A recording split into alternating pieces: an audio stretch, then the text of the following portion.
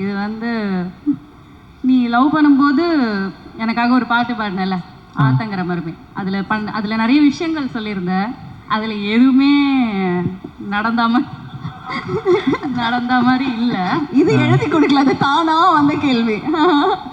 So இப்போ நீ அதை வந்து ரிவைஸ்டாக, இப்போ இந்த அந்த பொய்யெல்லாம் இல்லாமல் இப்போ ஏதாவது மேரேஜ் லைஃப் இந்த 10 வருஷத்துக்கு ரிவைஸ்டாக ஏதாவது ஒரு பாட்டு பாடணும்னா என்னன்னு பாடுவேன்? இப்போ மாமியே ஒன்றை காணாம அப்படின்னு பாடியிருப்பேன். அதில் சாப்பாடெல்லாம் பேசியிருப்பேன். இப்போ என்னோட நிலவரப்படி கல்யாணம் ஆகிறதுக்கு முன்னாடி மனைவியை பார்த்து பாடினது, இது கல்யாணம் ஆனதுக்கு அப்புறம் பாடுறேன். இதிலும் சில வார்த்தைகள் கற்பனையே.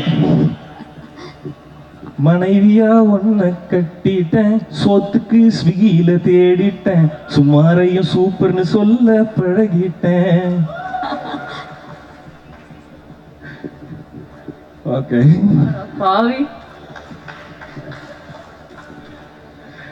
காலையில் ஷூட்டிங் போகணும், மாலையில் டப்பிங்கும் போகணும், மாச கடைசியில இஎம்ஐ கொஞ்சம் கட்டணும். ஒத்தையில் ஸ்கைவாக் டோரோரம் பழசெல்லாம் நினைச்சு பார்த்தேனே, ஒத்தையில் ஈஸியா ரோட்டோரம் காடை தேய்ச்சி கண்ணீர் வடிச்சேனே. தங்கோ நீ கோவப்பட்டதும் கதவை சாத்திட்டு காலில் விழுந்தேனே. முத்து மாமே உன்னை தேடி வந்தாச்சு. என் மொத்த உசிரப்பு தான் பார்த்தா தூக்கிட்டு போனான்.